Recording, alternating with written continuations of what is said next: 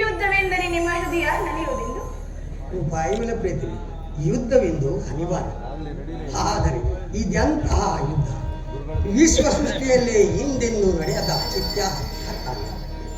ಒಂದು ಕಡೆ ಕೌರವರ 11 ಅಕ್ಷೌಹಿಣಿ ಸೈನ್ಯದಳ, ಭೀಷ್ಮ, ದ್ರೋಣ, ಕರ್ಣ, ಕೃಪ, ಅಶ್ವತ್ಥಾಮ, ಕೃತವರ್ಮ ಇನ್ನೂ ಮುಂತಾದ ಮಹಾರಥಿಕರು.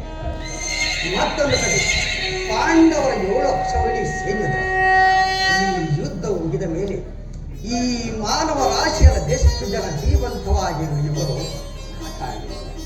ಯುದ್ಧ ಯುದ್ಧ ಪ್ರಪಂಚದ ಅನಂತ ಬಳಿಯ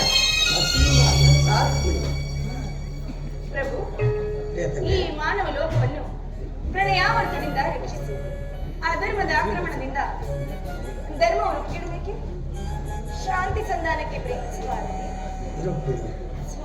ಶಾಂತಿಯಿಂದ ಸೃಷ್ಟಿಯು ವಿಕಾಸವಾಗುವುದಿಲ್ಲ ಪ್ರತಿ. ಪುರಾತನದ ಅನಿವೆ ನೂತನದ ಆವಿಷ್ಕಾರ. ಯುದ್ಧದ ಅವಶ್ಯಕ. ಆ ಯುದ್ಧದಲ್ಲಿ ನಾನು ನೂತನ ಜಗತ್ತನ್ನು ನಿರ್ಮಿಸುತ್ತೇನೆ. ನನ್ನ ಸಮರ ಗೀತೆಯು ಮಾನವರಿಗೆ ಧರ್ಮದ ಪರಾಕಾಷ್ಠೆಯನ್ನು ಬೋಧಿಸುತ್ತದೆ. ವೀರರ ರಕ್ತದಿಂದ ಪೃಥ್ವಿಯ ಕಲ್ಮಶವನ್ನು ತೊಳೆಯುವುದು. ಕುರುಕ್ಷೇತ್ರ ಧೂಳಿಯ ಒಂದೊಂದು ಕಣವನ್ನು ರಕ್ತದಿಂದ ತೊಯಿಸಿ ವೀರ ದರ್ಪದಿಂದ ಪುಣ್ಯದ ಬೀಜ